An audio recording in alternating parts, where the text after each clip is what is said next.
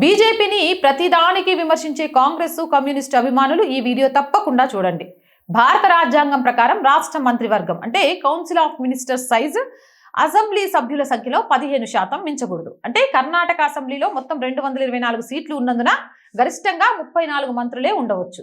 ఈ లెక్క రాజ్యాంగపరమైన మంత్రులకు మాత్రమే వర్తిస్తుంది. కానీ కర్ణాటక కాంగ్రెస్ ప్రభుత్వం పార్టీలో అసమ్మతి పెరగకూడదు అని ఈ రాజ్యాంగ నిబంధనను తప్పించుకోవడానికి అని బోర్డులు, కార్పొరేషన్లు, కమిటీల అధ్యక్షులకు మంత్రి ర్యాంక్ అంటే క్యాబినెట్ ర్యాంకు లేదా minister of state MOS rank ఇచ్చి పడేసింది. ఎంతవరకు ఇచ్చిందంటే ఎన్నికల్లో గెలిచిన కాంగ్రెస్ ఎమ్మెల్యేలు 135 మంది మాత్రమే ఉంటే రాష్ట్రంలో క్యాబినెట్ MOS హోదా వెలగబెడుతోంది మొత్తం 149 మంది. ఇలాంటి హోదాలు పొందిన వారు మంత్రి జీతం, వాహనాలు, స్టాఫ్, ప్రోటోకాల్ వంటి అన్ని సౌకర్యాలు పొందుతారు. 2023 మేలో కాంగ్రెస్ 135 సీట్లతో అధికారంలోకి వచ్చింది. ముఖ్యమంత్రి Siddaramaiah, deputy CM DK Shivakumar నేతృత్వంలో ప్రభుత్వం ఏర్పడింది. 32 అధికారిక మంత్రులు, 2 ఇంకా ఖాళీ ఉన్నాయి.